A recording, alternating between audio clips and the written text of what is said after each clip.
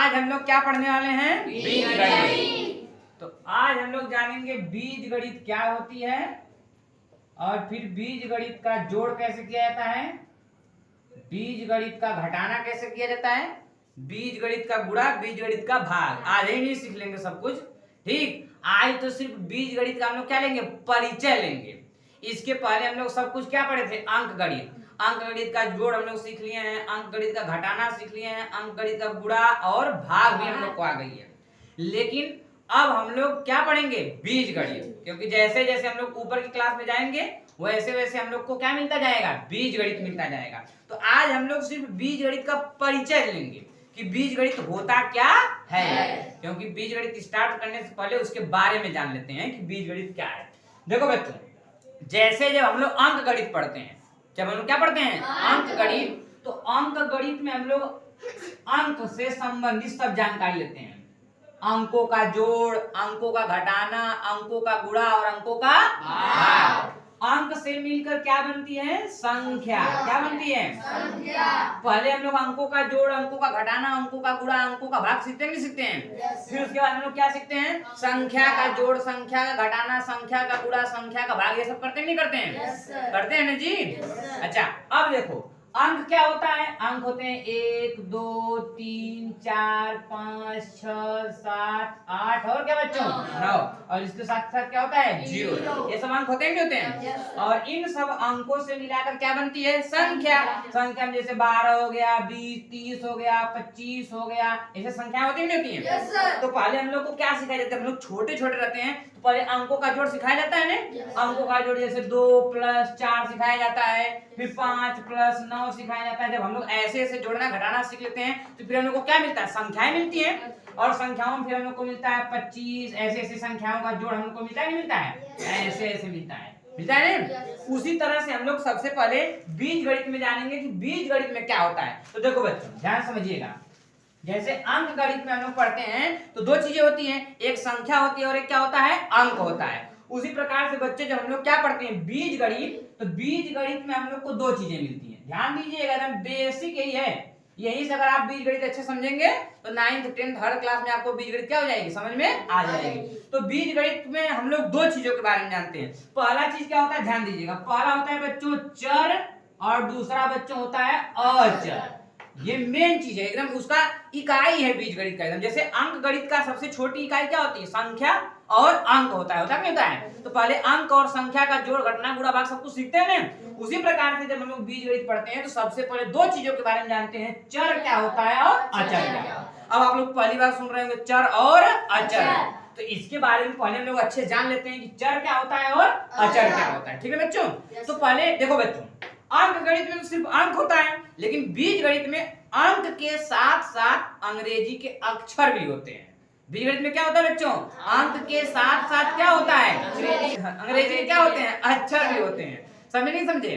तो क्या होता है बच्चों, अब उसी को हम लोग चर और अचर में क्या कर देते हैं, बांट देते हैं। अब हम लोग समझेंगे चर क्या होता है और अचर क्या होता है। देखो बच्चों, चर क्या होता है, चर के देखा जाए तो चर के रूप में आता है A B C D X Y, ये सब क्या होते हैं बच्चों, चर। ये सब क्या होते हैं, चर। और अचर को देखा जाए तो अचर के रूप में क्या होता है, 1 2 3 4 5 ऐसे जो अंक होते हैं। अभी मैं आप लोग से बताया हमने कि हम लोग जब बीज गणित पढ़ते हैं तो बीज गणित में दो चीजों का यूज करते हैं। एक हम लोग ABCD के जो अक्षर है उसका यूज करते हैं, और एक जो अंक गणित के अंक होते हैं जिसको हम लोग 1 2 3 4 जो अंक होते हैं इसका भी उपयोग करते हैं। बोले यहाँ तो समझ में आया नहीं आया? अभी मैं जानो कि चर मतलब क्या होता है, अचर मतलब क्या होता है। अब तक ये जानो सिर्फ कि बीज गणित में हम लोग किसका उपयोग करते हैं, दो चीजों का। बीज गणित में हम लोग किसका उपयोग करते हैं, दो चीजों का। पहला क्या होता है बच्चों, चर, दूसरा क्या होता है, अचर। अब बच्चों चर क्या है, चर में आता है ABCD, यानी अंग्रेजी के जो अक्षर है वो किस में आते हैं, चर में। और अचर में कौन आता है, अचर में आता है 1 2 3 4 जो अंक हैं वो किस में आते हैं, अचर। यहाँ तक बात क्लियर है? यानी कि हम बीज गणित में अक्षर और अंक दोनों का उपयोग करते हैं। यहाँ से बात क्लियर है कि नहीं क्लियर? अब चलो बच्चों समझ लेते हैं कि इन्हें चर क्यों कहा जाता है और इन्हें अचर क्यों कहा जाता है। तो देखो बच्चों, चर क्या होता है, चर वे होते हैं, चर वे होते हैं जिनका मान क्या होता है, बदलता रहता है। चर वे होते हैं जिनका मान क्या होता है, बदलता रहता है। इनका मान बदलता रहता है, ठीक है ना? इनका मान बदलता रहता है। इनका मान क्या होता है? बदलता रहता है। वो क्या होते हैं? चर होते हैं। वो क्या होते हैं? अब कैसे बदलता रहता है अभी हम लोग सीखेंगे। और अचर क्या होते हैं? इनका मान फिक्स होता है, कभी भी बदलेगा नहीं। इनका मान क्या होता है? बदलता नहीं है। इनका मान क्या होता है? इनका मान बदलता नहीं है। बोलो यहाँ का समझ में आया कि नहीं आया? एकदम बेसिक है बच्चों, यहीं से सीखोगे तो सब कुछ समझ में आ जाएगा। ठीक, तो चर क्या होते हैं? चर में अक्षर आते हैं ABCD के, और अचर में क्या आते हैं बच्चों? 1 2 3 जो अंक होते हैं वे आते हैं। इन्हें चर क्यों कहा जाता है? क्योंकि इनका मान क्या होता है? बदलता रहता है। और अचर, इनका मान बदलता नहीं। अब कैसे बदलता नहीं है और बदलता है, इसको चलो देख लेते हैं। अब देखो बच्चों, जैसे यहाँ पर मैं लिखा हूँ x + 2 = 5। क्या लिखा हूँ बच्चों? x + 2 = 5। और मैं यहाँ पर लिखा हूँ x + 3 = 7। क्या लिखा हूँ? x + 3 = 7। अच्छा, अब देखो बच्चों, यहाँ पर क्या कहा जा रहा है कि x और 2 को जोड़ने पर क्या आएगा? 5। लेकिन हमें x के स्थान पर कोई संख्या लेनी है। x के स्थान पर क्या लेनी है? अब ध्यान दीजिएगा, देखो बच्चों यहाँ पर क्या लिखा है? x + 2 = क्या? 5। यानी दोनों को जोड़ने पर आ कितना रहा है? 5। थोड़ा समझ में आ रहा है? दोनों को जोड़ने पर कितना आ रहा है? 5। लेकिन यहाँ पर कौन संख्या रहेगी हमको पता नहीं है। अच्छा बताओ बच्चों, अगर मैं x के स्थान पर 1 लूं, क्या x के स्थान पर मैं 1 ले सकता हूँ? क्योंकि अगर मैं x के स्थान पर 1 लूंगा तो 1 + 2 = 3 होता है। कितना होता है? 3। और यहाँ पर कितना आ रहा है? 5। यानी x = 1 मैं नहीं ले सकता। अब तो समझ गए हो कि x = मैं क्या लूंगा। तो बताओ बच्चों, x = मैं क्या लूंगा? 3। गुड। मैं x = अगर 3 ले लूं, x = कितना ले लूं? 3। तो x = 3 ले लूंगा तो 3 + 2 = 5। यानी एक बात तो समझ में आ गई हमको कि यहाँ पर x = कितना रहेगा? 3। यहाँ पर x = कितना रहेगा? 3। मतलब x का जो मान यहाँ पर है वो कितना है बच्चों? 3। x का मान कितना है? 3। अब दूसरे वाले क्वेश्चन पे आ जाओ जरा।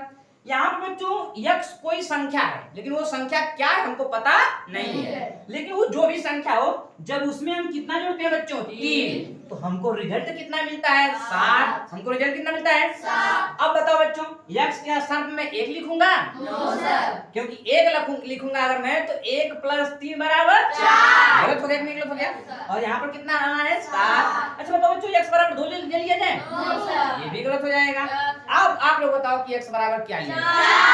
हाँ, अब बताओ बच्चों, मैं x = कितना लूंगा? 4। क्योंकि जब मैं x = 4 लूंगा तो 4 और 3 जोड़ूंगा तो कितना आ जाएगा? 7। अब जरा गौर से देखो बच्चों, यहाँ पर भी x है और यहाँ पर भी x है, लेकिन जरा देखो यहाँ पर x का मान कितना है? 3। और यहाँ पर x का मान कितना है? 4। बताओ, दोनों x है ना, लेकिन दोनों का मान अलग अलग है कि नहीं है? इसका मान बदलता रहता है। बताओ बच्चों, बदल रहा है कि नहीं बदल रहा है? अब समझ में आ गया कि इसका मान बदलता रहता है, मतलब क्या हुआ? क्योंकि ये कभी फिक्स नहीं होता है। ये थोड़ी नहीं कि किसी भी सवाल में तुम x = 3 ही लोगे या किसी भी सवाल में तुम x = 4 ही लोगे। वो तो सवाल के हिसाब से उसका मान आता रहता है ना। तो बताओ, हमेशा बदलता है कि बदलता है? बदलता है। अब बताइए, आपको एक क्लियर हो गया कि चर क्या होता है? चर में जो होते हैं अंग्रेजी के अक्षर आते हैं, और यह चर इसलिए कहा जाता है बच्चों क्योंकि इनका मान क्या होता रहता है? अब आपको दिखाएं कैसे बदल रहा है, यही पर देख लीजिए। यहाँ पर x का मान बच्चों कितना है? 3। यहाँ पर x का मान कितना है? 4। है दोनों x सही ने, लेकिन दोनों का मान अलग अलग है कि नहीं? क्वेश्चन के हिसाब से मान बदल रहा है कि नहीं? तो इसलिए इन्हें क्या कहा जाता है बच्चों? चर। समझ में आ गया? अच्छा बच्चों, अब आओ चर की बात करते हैं। अगर कहीं पर 2 लिखा है, अगर कहीं पर क्या लिखा है? तो आप 10 लोग को बुला के लेके आओ, सभी लोग क्या पढ़ेंगे? इसको 2 ही कहेंगे। क्या पढ़ेंगे? 2। ये अब बताओ, 2 को 2 ही पढ़ा जाएगा ने? अब 2 का अलग अलग मान हो सकता है? कुछ नहीं। 2 को 2 ही पढ़ा जाएगा, 3 को 3 ही पढ़ा जाएगा, 4 को 4 ही पढ़ा जाएगा। इसका मान बदल सकता है बच्चों? लेकिन इसका मान क्या होता है? बदलता है। तो आप लोग को 2 चीजें जो कि बीजगणित की सबसे मूल इकाई हैं, मतलब यहीं से बीजगणित स्टार्ट होती है। क्या बच्चों? चर और अचर। अब तो आप पहचान लेंगे कि चर क्या होता है और अचर क्या होता है। चर बच्चों वे होते हैं जो अंग्रेजी के अक्षर होते हैं, और अचर वे होते हैं जो कि अंक होते हैं 1 2 3 4, उन्हें क्या बोलते हैं? हम लोग अचर बोलते हैं। क्यों बोलते हैं? क्योंकि इनका मान हमेशा बदलता रहता है और इसका मान बदलता नहीं है। अब जरा ध्यान दीजिएगा, ठीक। अब दूसरा स्टेप पर हम लोग पहुंच रहे हैं। पहला स्टेप हम लोग को समझ में आ गया, चर और अचर। जैसे बच्चों संख्या, संख्या जो होती है वो अंकों से बनती है। संख्या जो होती है किससे बनती है? अंकों से। जैसे अगर मैं बात करूं 21 की, किसकी बात करूं? 21। तो हम लोग कह सकते हैं कि 21 जो है वो 2 अंकों से मिलकर बना है, एक 2 और एक 1। तो बताओ 21 में बच्चों कितने अंक आए हैं? 2। कौन कौन? 2 और 1। कौन कौन बच्चों? 2 और 1। यानी यहाँ से एक बात तो पता चल रही है कि जो संख्या होती है वो अंकों से मिलकर बनती है। जो संख्या होती है वो किससे मिलकर बनती है? अंकों से। बोलो समझ में आएगा? जो संख्या होती है किससे मिलकर बनती है बच्चों? अंकों से मिलकर बनती है। बोलो समझ में? दिखने में है? हाँ। तो जो संख्या होती है बच्चों किससे मिलकर बनती है? अंकों से मिलकर बनती है। उसी तरह बीज गणित में क्या होता है बच्चों? बीज गणित में चर और अचर को मिलाकर के पद बनता है। क्या बच्चों? चर और अचर को मिलाकर के पद बनता है। अच्छा, अंग्रेजी भी जानते देखिए, हम लोग बच्चों जो चर होता है, चर को हम लोग बोलते हैं वेरिएबल। क्या बोलते हैं? वेरिएबल। और जो अचर होता है उसे हम लोग क्या बोलते हैं? कांस्टेंट। क्या बोलते हैं? कांस्टेंट। ठीक। अब बच्चों चर आप प्लस अचर, चर प्लस अचर, चर और अचर को मिला करके क्या बनता है बच्चों? पद बनता है। क्या बनता है? पद। जैसे अंक गणित में अंकों को मिलाकर क्या बनती है? संख्या। उसी तरह से बीज गणित में चर और अचर को मिलाकर के क्या बनता है? पद बनता है। समझ में आया? Yes sir. अब जैसे देखो बच्चों, जैसे अगर मैं कहीं पर लिखा हूं 2x, क्या लिखा हूं? 2x। अच्छा, अब आप लोग को दिख रहा होगा इसमें चर भी है और क्या है? अचर भी है। दोनों है कि नहीं है? Yes sir. चर अचर दोनों है कि नहीं है? yes, और चर और अचर को मिलाकर क्या बनता है? पद। तो इसे हम लोग क्या बोलेंगे बच्चों? पद। क्या बोलेंगे? पद। और एग्जांपल ले लीजिए, और जैसे देख लीजिए 3xy। क्या बच्चों? 3xy। तो 3xy इसमें भी चर और अचर दोनों है कि नहीं है? तो इसे भी हम लोग क्या कहेंगे बच्चों? पद कहेंगे। तो चर और अचर से मिलाकर क्या बनता है? पद। अब आप लोग को समझ में आ गया? चर और अचर से मिलाकर क्या बनता है? पद। इस प्रकार से और भी देख सकते हैं 3x की घाते 2, 3x की घाते 2। यह भी एक प्रकार का क्या बच्चों? पद है। तो पद वाली बात क्लियर हो गई। तो बीज गणित में 2 चीज होती हैं, नंबर 1 चर और नंबर 2 क्या बच्चों? अचर। चर क्या होते हैं बच्चों? अंग्रेजी को जो अक्षर होते हैं उन्हें हम लोग क्या बोलते हैं? चर। अचर क्या होते हैं? जो गणित के अंक होते हैं उन्हें क्या बोलते हैं बच्चों? अचर। और चर जिनका मान बदलता रहता है, मतलब हमेशा क्या होता है? चेंज होता है। मैंने समझा दिया कैसे चेंज हो रहा है। और अचर जिनका मान कभी बदलता नहीं, फिक्स होता है, वो निश्चित होता है, बदलेगा नहीं। जैसे अंक गणित में अंकों को मिलाकर के संख्या बनती है, उसी प्रकार से बीज गणित में चर और अचर को मिलाकर क्या बनता है बच्चों? पद बनता है। क्या बनता है बच्चों? पद। इस प्रकार से हम लोगों ने क्या देख लिया? पद। अब हम लोग चलो देखते हैं बच्चों पदों के प्रकार। किसके प्रकार? पदों के। इतनी बात क्लियर है? इसमें मिटा दिया जाए। यहाँ तक बात समझ में आई कि नहीं आई? तो आगे बढ़ते हैं हम लोग। ठीक बच्चों,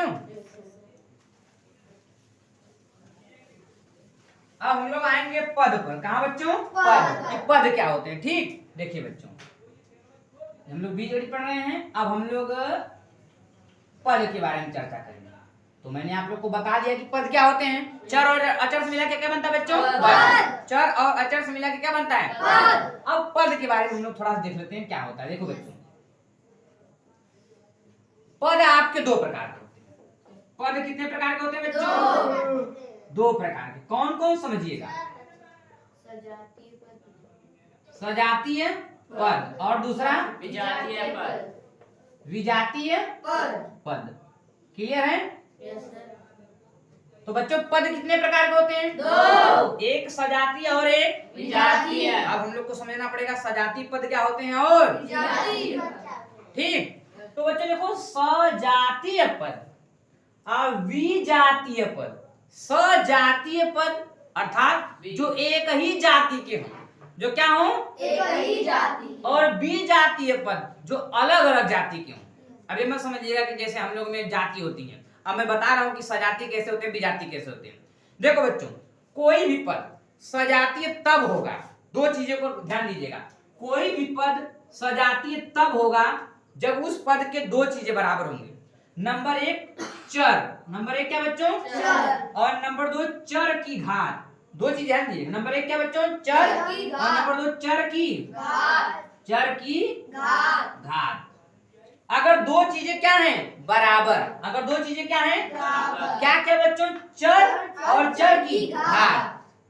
कोई भी दो पद ले लीजिए और उन दोनों पदों में सिर्फ आप दो चीजें देखिए, क्या क्या, चर को देखिए और चर की घात। बाकी आपको किसी चीज से मतलब नहीं है, सिर्फ आपको दो चीजों को सिर्फ देखना है। नंबर एक क्या देखना है, चर को, और नंबर दो क्या देखना है, चर की घात को। बाकी आलतू फालतू से आपको कोई मतलब नहीं। इसमें यही दो चीजें बराबर होनी चाहिए, चर और क्या बच्चों, चर और चर की घात बराबर होती है। क्लियर है बच्चों? चर और चर की घात क्या होती है बराबर। अब बी जाती, इसका उल्टा होगा ना, इसका क्या होगा उल्टा। बी जाती में चर या चर की घात, क्या बच्चों, चर या चर की, दोनों में से कोई, या तो चर या फिर चर की घात बराबर न हो, बराबर बोलिए। बात क्लियर है कि नहीं है? Yes sir. अब समझिए ध्यान से, सजाती पद दो चीजों को देखना है आपको सिर्फ। आप सजाती विजाती बहुत इंपॉर्टेंट है, इसको ध्यान समझिए कि सजाती पद क्या होते हैं और विजातीय पद क्या होते हैं। सजाती पद दो चीजों को देखना है, चर और चर की घात, क्या बच्चों, चर और चर की घात। अगर चर और चर की घात क्या है बच्चों बराबर, अगर चर और चर की घात क्या है बराबर। तो कौन पद हो जाएंगे, सजातीय। बोलिए समझ में आया? विजातीय पद अगर चर या चर की घात दोनों में से कोई एक, दोनों में से कोई एक। अगर दोनों में से कोई एक भी बराबर नहीं है, दोनों में से कोई एक और बराबर नहीं है, तो वह पद कौन सा पद हो जाएगा? विजातीय पद। अब आइए हम लोग देखते हैं कैसे। देखो बच्चों, 2x, 4x, क्या बच्चों, 2x, 4। क्या देखना है हमको इसमें, चर और चर की घात में। देखो बच्चों, यहाँ पर चर कितना है, x, बताओ ना चर चर क्या होते हैं। यहाँ पर चर कौन है और इस वाले में चर कौन है, चर तो दोनों का समान है ना। और जहाँ पर कोई घात नहीं होती है वहां पर एक घात छिपी होती है।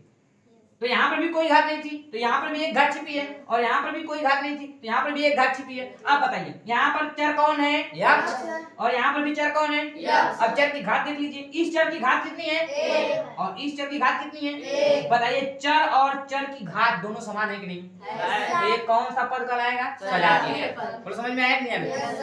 ये कौन पद है, सजातीय पद। इसी प्रकार से अगर मैं लिखूं 3x की घाते 2 4x की घाते 2, मैं सिर्फ कहूं आपको आलतू फालतू कुछ नहीं देखना है, बस दो चीजों को देखना है, चर और चर की घात। अच्छा बताओ बच्चों, इसमें चर क्या है, x, और इसमें चर क्या है, x। अब चलो चर की घात को देखते हैं। यहाँ पर चर की घात कितनी है, 2, और यहाँ पर चर की घात कितनी है, 2। बताओ चर और चर की घात बराबर है कि नहीं? Yes, तो बताओ बच्चों कौन पद हो जाएगा, सजातीय पद। कौन पद हो जाएगा, सजातीय। हमें चिन्ह को नहीं देखना है, उसके पहले जो संख्या है उसको भी हमें देखना नहीं। बस हमें दो चीजों को देखना है, किसको किसको बच्चों, चर और चर की घात, चर और चर की घात। समझ में आया कि नहीं आया? Yes, sir। अच्छा उसी प्रकार से और एग्जांपल ले लीजिए, 3xy स्क्वायर, क्या बच्चों, 3xy²। यानी 3x के घाते 2, ऊपर वाला घात होता है बताया गया है ना, और उसके बाद -5xy के घाते 2, -5, ठीक। अच्छा देखिए कोई दिक्कत है, हाँ तो यहाँ पर बच्चों देखो कितना है, चर x और y है ना, यहाँ पर भी चर x और यहाँ पर भी चर x और अच्छा बताओ बच्चों यहाँ पर x की घात कितनी है, 1, नहीं दिख रहा है कजी, सर दिख रहा है। नहीं दिख रहा है ना, कहा जी बस अब उससे ज्यादा नहीं दिख उससे ज्यादा कहा ये भी करूंगा।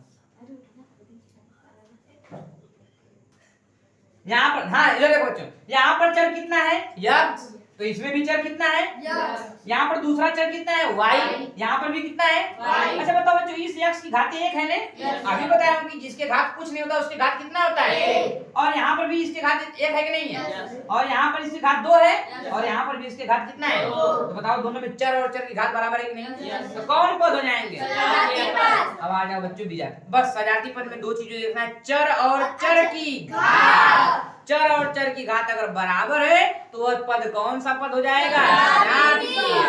अब आओ बच्चों हम लोग पढ़ते हैं विजातीय पद। क्या बच्चों, विजातीय पद। तो एक ही जात के होते हैं कब, जब उनका घात और चर दोनों क्या होता है, समान। और देखिए बच्चों विजातीय पद, कौन पद, विजातीय पद। विजातीय पद क्या होते हैं देखो, जैसे बच्चों मैं 3x² लिखा हूँ और 4x लिखा हूँ।